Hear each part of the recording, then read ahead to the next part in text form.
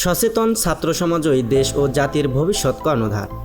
এই স্লোগানকে সামনে রেখে লালমনিরহাট জেলার ভেলাবাড়ি ইউনিয়নের একদল তরুণ গড়ে তুলেছে ভেলাবাড়ি ছাত্র কল্যাণ সংঘ।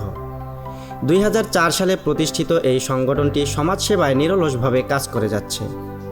প্রতি বছর ঈদ উল ফিতরের পরের দিন এই সংগঠন এক মনোজ্ঞ ঈদ পুনর্মিলনী অনুষ্ঠানের আয়োজন করে, যেখানে ইউনিয়নের হাজারো ছাত্রছাত্রীর মিলন মেলা ঘটে। এই অনুষ্ঠানে কীর্তি শিক্ষার্থীদের সংবর্ধনা, বৃত্তি প্রদান, কুইজ প্রতিযোগিতা এবং বিভিন্ন ধরনের খেলাধুলার আয়োজন করা হয়। শুধু বিনোদনমূলক অনুষ্ঠানই নয়, ভেলাবাড়ি ছাত্র কল্যাণ সংঘ বিভিন্ন সমাজসেবামূলক কর্মকাণ্ডের মাধ্যমেও মানুষের পাশে দাঁড়াচ্ছে।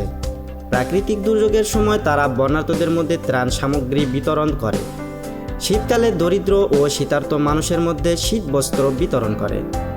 এছাড়াও পরিবেশের ভারসাম্য রক্ষায় ঔষধি ও ফলদ গাছের চারা রোপণ করে। এই সংগঠনের সদস্য জানান, তাদের মূল লক্ষ্য হল ছাত্র সমাজের মধ্যে সচেতনতা বৃদ্ধি করা এবং দেশ ও জাতির উন্নয়নে অবদান রাখা।